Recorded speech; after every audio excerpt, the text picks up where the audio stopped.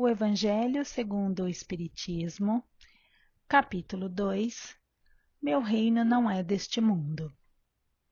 A vida futura, a realeza de Jesus, o ponto de vista, instruções dos Espíritos, uma realeza terrestre. 1. Pilatos, tendo entrado de novo no palácio e feito vir Jesus à sua presença, perguntou-lhe: És o rei dos judeus? Respondeu-lhe Jesus: Meu reino não é deste mundo. Se o meu reino fosse deste mundo, a minha gente houvera combatido para impedir que eu caísse nas mãos dos judeus. Mas o meu reino ainda não é aqui. Disse-lhe então Pilatos: És, pois, rei? Jesus lhe respondeu: Tu o dizes, sou rei. Não nasci e não vim a este mundo senão para dar testemunho da verdade. Aquele que pertence à verdade, escuta a minha voz. São João, capítulo 18, versículos 33, 36 e 37. A vida futura. 2. Por essas palavras, Jesus claramente se refere à vida futura que ele apresenta em todas as circunstâncias, como a meta a que a humanidade irá ter e como devendo constituir objeto das maiores preocupações do homem na Terra. Todas as suas máximas se reportam a esse grande princípio.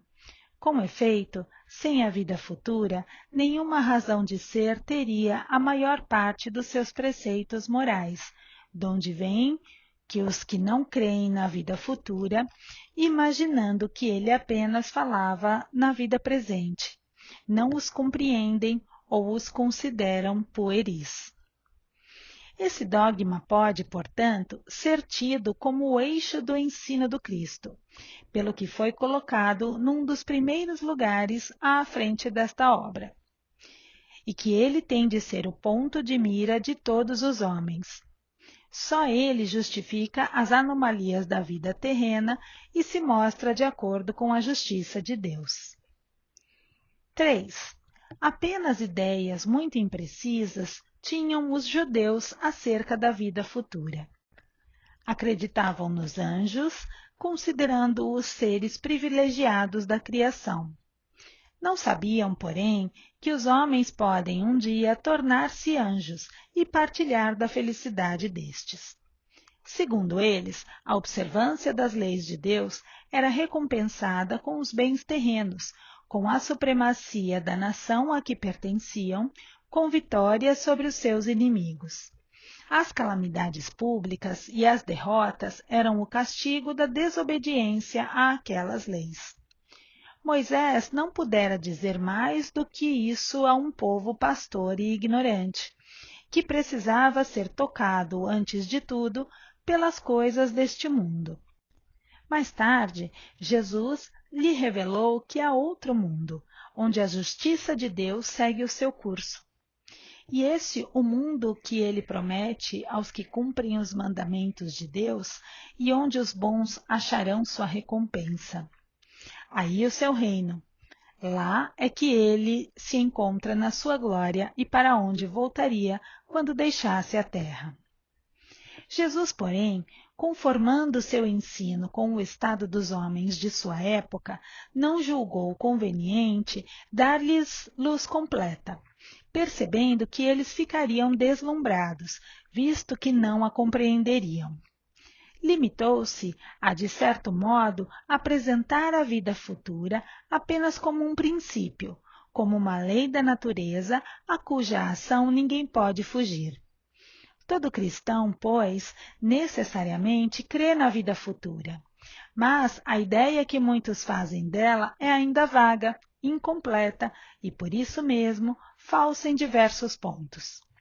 Para grande número de pessoas, não há, a tal respeito, mais do que uma crença, balda de certeza absoluta, donde as dúvidas e mesmo a incredulidade. O Espiritismo veio completar nesse ponto, como em vários outros, o ensino do Cristo, fazendo-o quando os homens já se mostram maduros bastante para apreender a verdade. Com o Espiritismo, a vida futura deixa de ser simples artigo de fé, mera hipótese. Torna-se uma realidade material, que os latos demonstram, porquanto são testemunhas oculares os que a descrevem nas suas fases todas e em todas as suas peripécias, e de tal sorte que, além de impossibilitarem qualquer dúvida a esse propósito, facultam à mais vulgar inteligência a possibilidade de imaginá-la sob seu verdadeiro aspecto, como toda gente imagina um país cuja pormenorizada descrição leia. Ora, a descrição da vida futura é tão circunstanciadamente feita, são tão racionais as condições ditosas ou infortunadas da existência dos que lá se encontram, quais eles próprios pintam, que cada um, aqui a seu mau grado, reconhece e declara a si mesmo que não pode ser de outra forma, porquanto, assim sendo, patente fica a verdadeira justiça de Deus. A realeza de Jesus. 4. Que não é deste mundo o reino de Jesus, todos compreendem. Mas também na terra não terá ele uma realeza? Nem sempre o título de rei implica o exercício do poder temporal. Dá-se esse título por unânime consenso a todo aquele que, pelo seu gênio, ascende à primeira plana numa ordem de ideias qualquer, a todo aquele que domina o seu século e influi sobre o progresso da humanidade. É nesse sentido que se costuma dizer o rei ou príncipe dos filósofos, dos artistas, dos poetas, dos escritores, etc. Essa realeza, oriunda do mérito pessoal, consagrada pela posteridade, não revela, muitas vezes, preponderância bem maior do que a que cinge a coroa real? Imperecível é a primeira, enquanto esta outra é joguete das vicissitudes. As gerações que se sucedem à primeira sempre a bendizem, ao passo que, por vezes, amaldiçoam a outra. Esta, a terrestre, acaba com a vida. A realeza moral se prolonga e mantém o seu poder. Governa, sobretudo, após a morte. Sob esse aspecto, não é Jesus mais poderoso rei do que os potentados da terra? Razão, pois, lhe assistia para dizer a Pilatos, conforme disse: sou rei, mas o meu reino não é deste mundo. O ponto de vista. 5. A ideia clara e precisa que se faça da vida futura proporciona inabalável fé no porvir. Fé que acarreta enormes consequências sobre a moralização dos homens, porque muda completamente o ponto de vista sob o qual encaram eles a vida terrena. Para quem se coloca pelo pensamento na vida espiritual, que é indefinida, a vida corpórea se torna simples passagem, breve estada num país ingrato. As vicissitudes e tribulações dessa vida não passam de incidentes que ele suporta com paciência, por sabê-las de curta duração, devendo seguir-se-lhes um estado mais ditoso. A morte nada mais restará de aterrador. Deixa de ser a porta que se abre para o nada e torna-se a que dá para a libertação, pela qual entra o exilado numa mansão de bem-aventurança e de paz. Sabendo temporária e não definitiva a sua estada no lugar onde se encontra, menos atenção presta às preocupações da vida, resultando-lhe daí uma calma de espírito que tira àquela muito do seu amargor. Pelo simples fato de duvidar da vida futura, o homem dirige todos os seus pensamentos para a vida terrestre. Sem nenhuma certeza quanto ao porvir, dá tudo ao presente. Nenhum bem divisando mais precioso do que os da terra. Torna-se, qual a criança que nada mais vê além de seus brinquedos. E não há o que não faça para conseguir os únicos bens que se lhe afiguram reais. A perda do menor deles lhe ocasiona causticante pesar. Um engano, uma decepção, uma ambição insatisfeita, uma injustiça de que seja vítima. O orgulho ou a vaidade feridos são outros tantos tormentos que lhe transformam a existência numa perene angústia. Infligindo-se ele, desse modo, a si próprio, verdadeira tortura de todos os instantes. Colocando o ponto de vista de onde considera a vida corpórea, no lugar mesmo em que ele aí se encontra, vastas proporções assume tudo o que rodeia. O mal que o atinja, como o bem que toque aos outros, grande importância adquire aos seus olhos. Aquele que se acha no interior de uma cidade, tudo lhe parece grande. Assim os homens que ocupem as altas posições, como os monumentos. Suba ele, porém, a uma montanha, e logo bem pequenos lhe parecerão homens e coisas. É o que sucede ao que encara a vida terrestre do ponto de vista da vida futura. A humanidade, tanto quanto as estrelas do firmamento, perde-se na imensidade. Percebe então que grandes e pequenos estão confundidos, como formigas sobre um montículo de terra, que proletários e potentados são da mesma estatura, e lamenta que essas criaturas efêmeras a tantas canseiras se entreguem para conquistar um lugar que tão pouco as elevará e que por tão pouco tempo conservarão. Daí se segue que a importância dada aos bens terrenos está sempre em razão inversa da fé na vida futura. 6. Se toda a gente pensasse dessa maneira, dir-se-ia, tudo na terra periclitaria, porquanto ninguém mais se iria ocupar com as coisas terrenas. Não, o homem instintivamente procura o seu bem-estar, e embora certo de que só por pouco tempo permanecerá no lugar em que se encontra, cuida de estar aí o melhor ou menos mal que lhe seja possível. Ninguém há que, dando com um espinho debaixo da sua mão, não a retire para se não picar. Ora, o desejo do bem-estar força o homem a tudo melhorar, impelido que é pelo instinto do progresso e da conservação, que está nas leis da natureza. Ele, pois, trabalha por necessidade, por gosto e por dever, obedecendo, desse modo, aos desígnios da providência, que para tal fim o pôs na terra. Simplesmente, aquele que se preocupa com o futuro não liga ao presente mais do que relativa importância e facilmente se consola dos seus insucessos, pensando no destino que o aguarda. Deus, conseguintemente, não condena os gozos terrenos, condena, sim, o abuso desses gozos em detrimento das coisas da alma. Contra tais abusos é que se premunem os que a si próprios aplicam estas palavras de Jesus: meu reino não é deste mundo.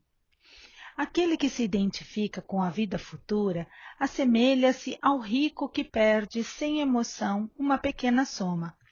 Aquele cujos pensamentos se concentram na vida terrestre assemelha-se ao pobre que perde tudo o que possui e se desespera. 7. O Espiritismo dilata o pensamento e lhe rasga horizontes novos. Em vez dessa visão acanhada e mesquinha, que o concentra na vida atual, que faz do instante que vivemos na Terra único e frágil eixo do porvir eterno, ele, o Espiritismo, mostra que esta vida não passa de um elo no harmonioso e magnífico conjunto da obra do Criador. Mostra a solidariedade que conjuga todas as existências de um mesmo ser, todos os seres de um mesmo mundo e os seres de todos os mundos. Faculta, assim, uma base e uma razão de ser à fraternidade universal, enquanto a doutrina da criação da alma, por ocasião do nascimento de cada corpo, torna estranhos uns aos outros todos os seres. Essa solidariedade entre as partes de um mesmo todo explica o que inexplicável se apresenta, desde que se considere apenas um ponto. Esse conjunto, ao tempo do Cristo, os homens não o teriam podido compreender, motivo por que ele reservou para outros tempos o fazê-lo conhecido. Instruções dos Espíritos. Uma realeza terrestre. 8. Quem melhor do que eu pode compreender a verdade destas palavras de Nosso Senhor? O meu reino não é deste mundo? O orgulho me perdeu na terra. Quem, pois, compreenderia o nenhum valor dos reinos da terra, se eu não o compreendia? Que trouxe eu comigo da minha realeza terrena? Nada, absolutamente nada. E como que para tornar mais terrível a lição, ela nem sequer me acompanhou até o túmulo. Rainha entre os homens, como rainha julguei que penetrasse no reino dos céus. Que desilusão! Que humilhação quando, em vez de ser recebida aqui qual soberana, vi acima de mim, mas muito acima, homens que eu julgava insignificantes e aos quais desprezava por não terem sangue nobre. Oh, como então compreendi a esterilidade das honras e grandezas que com tanta avidez se requestam na terra. Para se granjear um lugar neste reino, são necessárias a abnegação, a humildade, a caridade em toda a sua celeste prática, a benevolência para com todos. Não se vos pergunta o que fostes, nem que posição ocupastes, mas que bem fizestes, quantas lágrimas enxugastes. Oh, Jesus, tu o disseste, teu reino não é deste mundo, porque é preciso sofrer para chegar ao céu, de onde os degraus de um trono a ninguém aproximam. A ele só conduzem as veredas mais penosas da vida. Procurai-lhe, pois, o caminho, através das urzes e dos espinhos, não por entre as flores. Correm os homens por alcançar os bens terrestres, como se houvessem de guardar para sempre. Aqui, porém, todas as ilusões se somem. Cedo se apercebem eles de que apenas apanharam uma sombra e desprezaram os únicos bens reais e duradouros, os únicos que lhes aproveitam na morada celeste, os únicos que lhes podem facultar acesso a esta. Compadecei-vos dos que não ganharam o reino dos céus.